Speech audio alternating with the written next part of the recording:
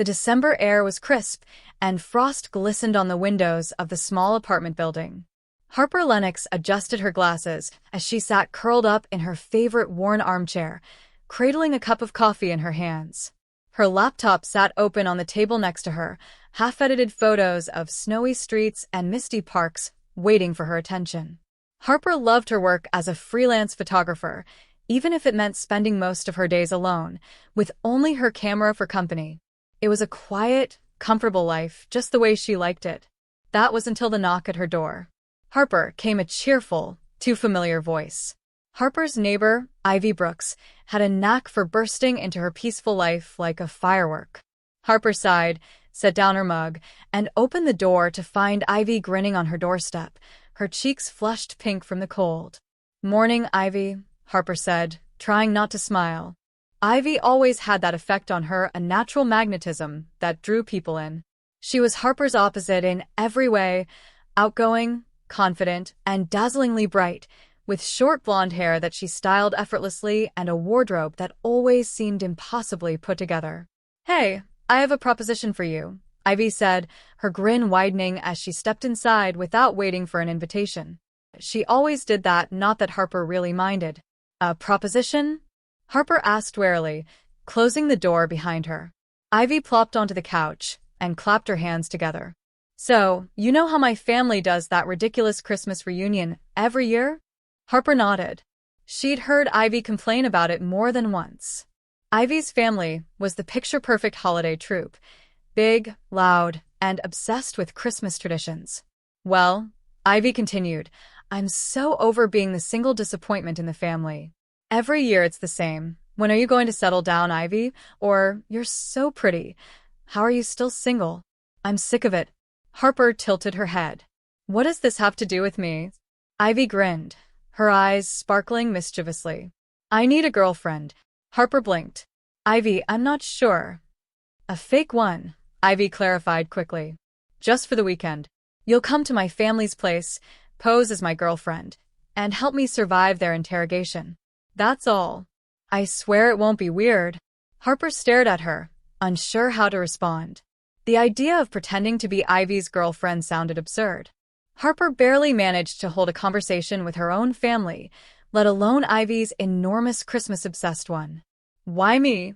Harper asked, pushing her glasses up her nose. "Because you're perfect for it," Ivy said simply. "You're smart, kind, and let's be honest, you're cute. My family will totally believe we're together." Harper's face flushed. "Ivy, please?" Ivy leaned forward, her hands clasped in mock pleading. "You can take pictures of the trip. Think of it as a chance to get out of the apartment, soak up some holiday vibes, and escape your editing cave for a while. You'll barely have to act. Just stand next to me and look adorable." Harper frowned, torn between her instinct to say no and the small flutter in her chest at Ivy's compliment. It wasn't like Harper had other plans for Christmas. Her parents lived too far away, and she had already decided to spend the holiday alone. "Okay," she heard herself say. "But only because I want to photograph the chaos of your family reunion." Ivy squealed and jumped up to hug her. "You're the best. Pack your warmest clothes. We leave tomorrow morning." Harper's coffee sat forgotten as Ivy dashed back to her apartment, leaving Harper to wonder what she had just agreed to. The drive to Ivy's family estate took 3 hours. Harper sat in the passenger seat of Ivy's car, camera bag on her lap, as Ivy sang along to Christmas songs blasting from the radio. The snow-covered landscape outside looked like something out of a holiday card, and Harper couldn't resist snapping a few shots through the window. "You're going to love them," Ivy said between songs. "They're a little overwhelming, but they're good people." Harper managed a nervous smile. "I'll take your word for it." When they arrived at the Brooks estate, Harper's eyes widened. The house was enormous, a sprawling colonial-style home draped in twinkling Christmas lights. Wreaths adorned every window, and a giant inflatable Santa waved from the lawn. It was a far cry from Harper's cozy, minimalist apartment. "Home sweet home," Ivy said, grinning as she grabbed their bags. The front door flew open, and a wave of Brooks family members spilled out to greet them. Harper was immediately enveloped in hugs, handshakes, and a blur of introductions she couldn't keep track of. Ivy's parents, siblings, cousins, and grandparents were all there, each more enthusiastic than the last. "Everyone, this is Harper," Ivy said proudly, slinging an arm around her shoulders. "My girlfriend." Harper's cheeks burned, but she managed a shy wave. "Hi." "Oh, she's adorable," Ivy's mom cooed, pulling Harper into a tight hug. "You never told us you were dating someone, Ivy," Ivy's sister teased, winking at Harper. "She's cute. Good job." Harper wasn't sure whether to feel flattered or mortified. Inside, the house buzzed with warmth and holiday cheer. A massive Christmas tree stood in the corner of the living room, twinkling with hundreds of lights and handmade ornaments. The fireplace crackled, and stockings were hung in a neat row along the mantel. Ivy's mom ushered them to the kitchen, where platters of cookies, pies, and savory dishes filled every surface. "Make yourselves at home," she said brightly. "Harper, you must be starving after the drive." Ivy shot Harper a playful look. "Brace yourself. Mom won't let you go hungry for the next 3 days." As the evening settled in, Harper found herself tucked into a corner of the couch, camera in hand. She snapped photos of the Brooks family as they laughed, teased one another, and played board games around the coffee table. Every click of her camera captured a little more of the warmth she wasn't used to. And every time Ivy's hand brushed hers or their gazes lingered, Harper felt herself sink further into something she couldn't name. The first day was a blur of Christmas activities. Harper found herself dragged into everything from decorating cookies to hanging ornaments on the massive family tree. The Brooks family energy was contagious. Every corner of the house buzzed with laughter, music, and the clinking of hot chocolate mugs. It was as overwhelming as it was heartwarming. By mid-afternoon, Harper found herself in the middle of the infamous Brooks Gingerbread house competition. The family had split into teams of 2, and Ivy pulled Harper into her orbit without hesitation. Each team received a kit, a pile of candy decorations, and strict instructions from Ivy's mom. Be creative, be festive, and may the best gingerbread house win. Ivy, ever confident, immediately began brainstorming grand plans. "We're going for an architectural masterpiece. Think candy cane columns and a licorice roof," she said, waving her hands as though painting the air. Harper stared skeptically at the pile of supplies. "Maybe we should start small," Harper offered. "Nonsense. We're artists, Harper." Ivy winked, nudging her with an elbow. "We've got this." Harper hesitated but smiled. She couldn't resist Ivy's energy, even when it was bound to end in disaster. They started with the walls, which went surprisingly well. Ivy's steady hands held the structure, while Harper applied frosting like glue. It was when they moved to the roof that the chaos began. "Ivy, that's too much frosting," Harper started, but Ivy ignored her, piling thick swirls of icing onto the wafer roof. Gumdrops and peppermint swirls were added in such excess that the structure began to tilt. "It's fine," Ivy said, though her voice betrayed her concern. "It just needs balance." Balance, it seemed, was impossible. As Harper carefully added a row of chocolate buttons, the roof collapsed with a slow, tragic crunch. Harper froze. Ivy's eyes widened. The table fell silent. "Well," Ivy said, breaking the silence, "it's modern art." Harper stared at the mess before bursting into laughter. The kind of deep, belly-aching laughter she hadn't felt in ages. Ivy grinned, clearly proud of herself for turning the moment around. "Points for creativity, right?" Ivy called out to the room. The other teams erupted into cheers and good-natured teasing. "You two are a disaster," Ivy's sister teased. "True love isn't built on gingerbread foundations," Ivy shot back with a smirk, making Harper's cheeks flush pink. Harper ducked her head, smiling despite herself. For all the chaos, it was fun, too much fun. That evening, Ivy wasn't finished with Harper just yet. "You can't come to the Brooks family Christmas without skating," she announced as she tugged Harper toward the car. "I haven't skated since I was a kid," Harper protested. "I'm going to break something. Like your pride," Ivy teased, winking. "Don't worry, I'll catch you." The local ice rink was an outdoor wonderland of twinkle lights, steaming cocoa stands, and cheerful holiday music. Families glided across the ice, their laughter echoing under the star-strewn sky. Harper took one look at the rink and swallowed hard. "I can't do this." "Yes, you can," Ivy said firmly, pulling Harper forward. "You'll be fine. I'll fall, and I'll pick you up." Ivy's confidence was infuriating, but also, Harper admitted, comforting. She hesitated at the edge of the rink, clutching the wall like it was a lifeline. Ivy, meanwhile, glided onto the ice effortlessly, her blonde hair peeking out from under a knitted beanie. She looked completely at home here, as though she belonged in every festive postcard Harper had ever photographed. "Come on, Harper, I'll hold your hand," Ivy called, skating backward toward her. Her gloved hand extended like a promise. Harper's stomach fluttered. "Don't overthink it," she told herself. She took a breath and let go of the wall, wobbling as she stepped onto the ice. Immediately, her feet slid out from under her, and she yelped, clutching Ivy's hand just in time. "See? I've got you," Ivy said with a laugh, steadying her. Harper clung to her for dear life. "I hate this," Harper muttered, though a small smile tugged at her lips. "You'll love it in a minute. Trust me." Ivy's eyes sparkled as she pulled Harper away from the edge, skating backward with Harper's hands in hers. The movement was slow, careful, and terrifying, but Ivy never let go. "I'm going to fall," Harper said again. "You won't. I promise." Harper risked looking up from her feet, and her breath caught. Ivy's face was so close, her cheeks rosy from the cold, her grin wide and easy. There was something in her eyes, something warm and unguarded, that made Harper's heart stutter. "Don't let me fall," Harper whispered nervously. "I've got you," Ivy promised softly, her voice gentler now. Time seemed to slow as they moved across the ice, Ivy guiding Harper like they were dancing. Harper's hands warmed against Ivy's gloves, and she realized she was no longer afraid. She trusted Ivy, trusted her laughter, her steadiness, and the way she seemed to see Harper, even in her clumsy awkwardness. "I think you're getting the hang of it," Ivy teased, her voice light. "Don't jinx me." But Harper couldn't stop smiling.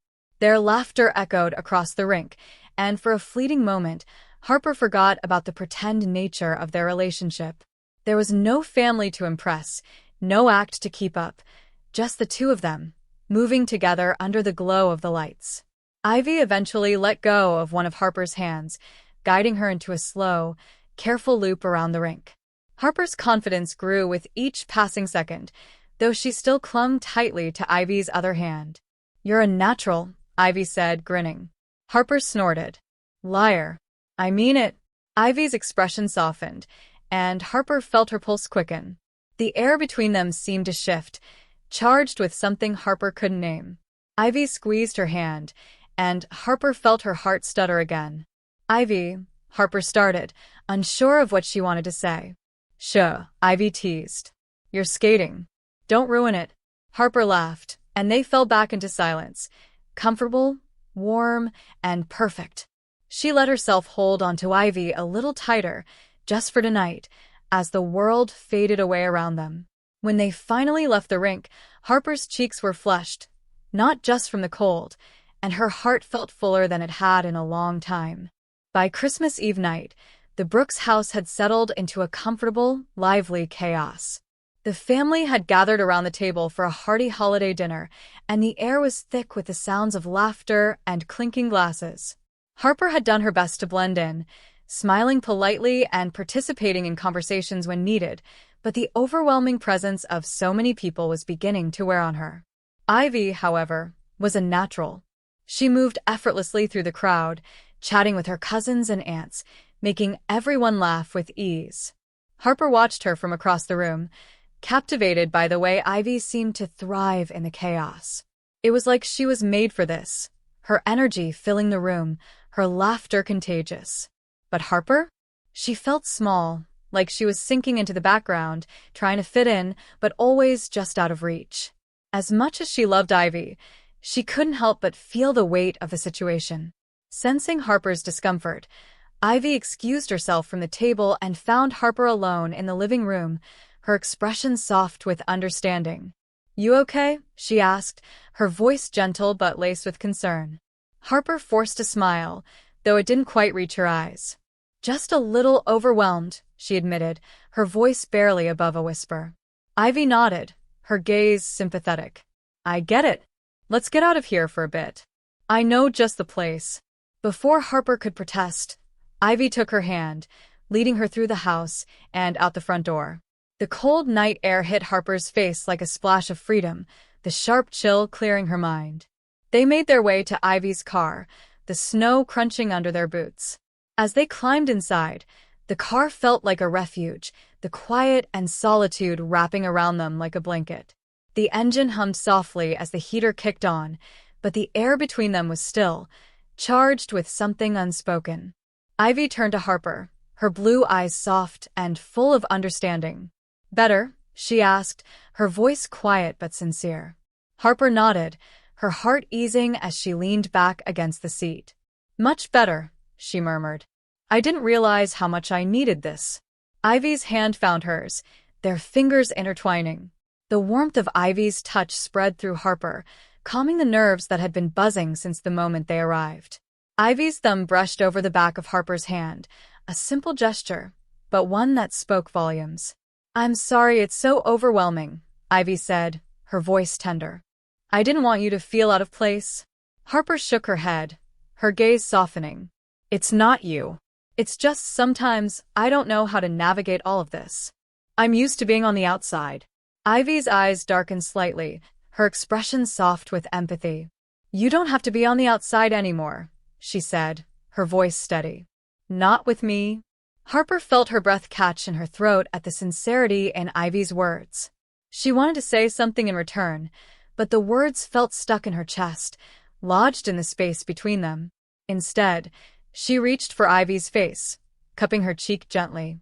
Ivy's eyes fluttered closed at the touch, and without a word, she leaned in, her lips brushing against Harper's in a soft, tentative kiss. It was slow at first, like a question being asked, and Harper's heart fluttered in response. She deepened the kiss, pulling Ivy closer, as if she could somehow erase the distance that had always existed between them. The warmth between them grew, the kiss turning more urgent as Ivy's hands slid around Harper's waist, pulling her even closer. Harper responded in kind, her hands finding their way to Ivy's back, tracing the curve of her spine, feeling the heat of her body beneath the fabric of their coats. The world outside the car faded away, leaving only the soft hum of the heater and the sound of their breathing. Ivy's lips moved from Harper's mouth to her jaw, and then to her neck, planting soft, lingering kisses that sent shivers down Harper's spine. Each touch, each caress, felt like a promise, a declaration that Harper was no longer alone in the world. Ivy's touch was tender, but there was a quiet urgency to it, as if she was trying to communicate something that words couldn't quite capture. Harper closed her eyes, her heart racing as she leaned into Ivy's touch. Every inch of her skin seemed to hum with a need she hadn't realized she had. Ivy's hands roamed, gentle but confident, and Harper responded with a quiet sigh, letting herself melt into Ivy's embrace. She felt seen, cherished in a way she had never experienced before. "Ivy," Harper whispered, her voice thick with emotion. Ivy paused, pulling back just enough to look into Harper's eyes. Her gaze was soft, filled with something deep and tender. "What is it?" she asked, her voice barely a whisper. Harper swallowed, her pulse quickening. I've never felt this way before," she admitted, her voice shaky. "Like I'm not invisible. Like I'm not just passing through." Ivy's thumb traced the curve of Harper's jaw, her gaze never leaving her face. "You're not invisible to me," she whispered, her voice raw with emotion. "You never have been." Harper's chest tightened at the words, and without another thought, she leaned in, capturing Ivy's lips in a kiss that was both desperate and tender. It was as if she was trying to tell Ivy everything she couldn't put into words. That she had spent so long hiding, building walls to protect herself, but Ivy had shattered them effortlessly, and now Harper was letting herself be seen, completely and without reservation. Their kisses grew more heated, their bodies pressing closer as Ivy's hands slid beneath Harper's sweater, the warmth of her touch seeping into Harper's skin. The car was small, the space between them shrinking with each passing moment, but neither of them cared. The world outside was a distant memory now, replaced by the intimacy of the moment, the quiet connection they shared. For the first time in a long time, Harper felt truly alive. Ivy's hands, her lips, her words, all of it made her feel seen, understood, and loved in a way she had never thought possible. And as Ivy's hands traced the curve of her body, Harper let herself surrender to the moment, knowing that she was exactly where she was meant to be. The next morning, Christmas morning, the light from the early morning sun filtered through the snow-covered windows, casting a soft glow over the car's interior. Harper woke slowly, her head resting against the seat, her body warm from the closeness they had shared the night before. The weight of the previous night, the kiss, the touch, the promises, still lingered between them, a silent understanding that this was something real, something lasting. She turned to find Ivy still asleep beside her, her face peaceful, a small smile playing on her lips. Harper's heart swelled with affection, and she reached out, brushing a strand of hair from Ivy's face. Ivy stirred, her eyes fluttering open. When she saw Harper, her smile grew, sleepy but full of warmth. "Good morning," she murmured, her voice still thick with sleep. "Good morning," Harper whispered back, her voice full of tenderness. Ivy's hand found hers again, and the warmth between them felt like the most natural thing in the world. There were no words needed. The silence was enough to convey everything they felt for each other. The sounds of the family's celebration reached them from inside the house, but for a moment, the world outside didn't matter. It was just the two of them, wrapped in the quiet intimacy of the morning after Christmas Eve. Harper leaned in, pressing a soft kiss to Ivy's forehead. "I'm glad I'm here with you," she whispered. Ivy's smile deepened, her eyes full of affection. "Me too. Always." And in that moment, as the world outside continued to turn, Harper felt something she hadn't known she was missing. She felt loved. Weeks later, back in their apartments, the mundane rhythm of daily life had returned, but the connection between Harper and Ivy felt anything but ordinary. Their love had grown deeper with every passing day, the quiet moments they shared, the laughter, the tenderness. It was all building something Harper had never known she needed. It was late one evening when Harper found herself in Ivy's apartment, tidying up a little while Ivy was in the kitchen. Ivy's laptop sat on the coffee table, the screen illuminated by a soft glow. As Harper passed by, she noticed something unusual, a folder on the desktop titled Muse. Curiosity piqued. She clicked it open, only to be met with a series of photos. They were all pictures of her, unposed, candid moments captured over the course of the year. There were photos of Harper sitting at her desk, absorbed in her work, a smile tugging at the corner of her lips. Another one of her in the park, laughing with her eyes closed, the sun casting a warm glow around her. There was even one of her sitting on the couch, lost in thought, the quiet stillness of the moment captured so beautifully that it made Harper's chest tighten. She blinked, her heart stopping for a moment as she scrolled through the photos. "You've been taking pictures of me?" she asked, her voice barely above a whisper. Ivy entered the room just as Harper spoke, her face lighting up with a sheepish grin. "You caught me," she said, walking over to where Harper stood, looking down at the screen. "You're my muse, Harper. You always have been." Harper felt her heart swell, a rush of warmth flooding her chest. She turned to Ivy, her eyes soft, searching for the words to express the gratitude, the awe she felt in that moment. But there were no words that seemed big enough to convey what she was feeling. "I love you," she whispered, her voice thick with emotion. Ivy's expression softened, her eyes shimmering with affection as she stepped closer. "I love you, too," she replied, her voice tender, as if those words were the most natural thing in the world. Harper closed the distance between them, her hand gently cupping Ivy's cheek. She could feel the steady beat of Ivy's heart, matching her own.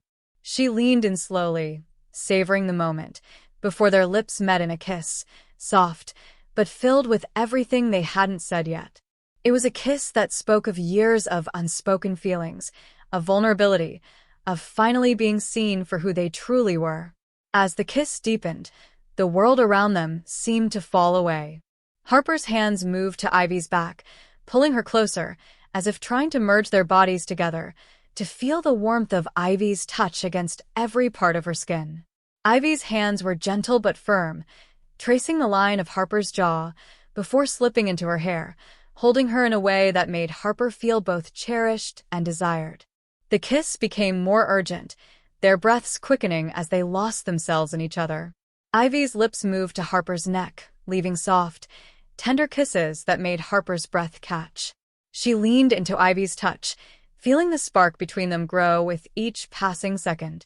Every touch, every kiss, was a promise that they had found something rare and precious in each other. Ivy's hands slid down Harper's back, pulling her even closer, the heat between them growing. Harper's body responded instinctively, her heart racing as Ivy's lips found hers again, this time with a hunger that mirrored her own. The world outside the apartment no longer mattered. There was only the feel of Ivy's hands, the softness of her lips, and the connection between them that was deeper than anything Harper had ever known. They moved together with a fluidity that felt natural, their bodies aligning in a way that made everything else seem insignificant. There was no rush, no urgency, just the quiet intensity of two people who had found something real, something lasting. Harper's hands traced the curve of Ivy's body, feeling the warmth of her skin, the strength in her muscles. It was as if every touch was a declaration, a reminder that they had chosen each other. Ivy's breath was hot against Harper's skin, her voice low and full of desire as she whispered her name. Harper's pulse quickened at the sound, and she responded with a soft sigh, her body pressing closer to Ivy's. Every movement was a promise, every kiss a reaffirmation of the love that had blossomed between them. As the night wore on, the apartment became their world, a place where time slowed down, where they could simply be. They didn't need words to understand each other. The way they moved together, the way their hearts beat in sync, spoke volumes. And as the hours passed and the night drew to a close, they lay together, wrapped in each other's arms, the soft rhythm of their breathing the only sound in the quiet room. Harper felt safe, cherished, and completely at home in Ivy's arms. For the first time in her life, she didn't feel invisible. She felt seen. She felt loved. And for Ivy, it was the same. In Harper's arms, she felt like she had found her place in the world. Their love was something quiet, something steady, but it was everything. In that moment, as they lay together, Harper knew one thing for certain. They were exactly where they were meant to be.